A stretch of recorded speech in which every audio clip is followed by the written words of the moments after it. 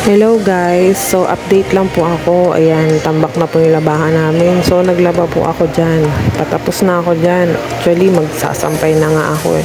Pero dahil wala akong masampayan, ayan, yung broom na mahaba, yung ginagamit pang linis ng CR, ginawan ko na lang ng paraan sa loob ng CR para makapagsampay ako.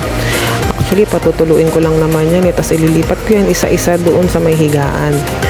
Sabi ng mga nurse at saka ng mga maintenance, bawal daw talaga magsampay doon sa may higaan. Kasi nagmumuha daw piyesta, sabi ng mga doktor.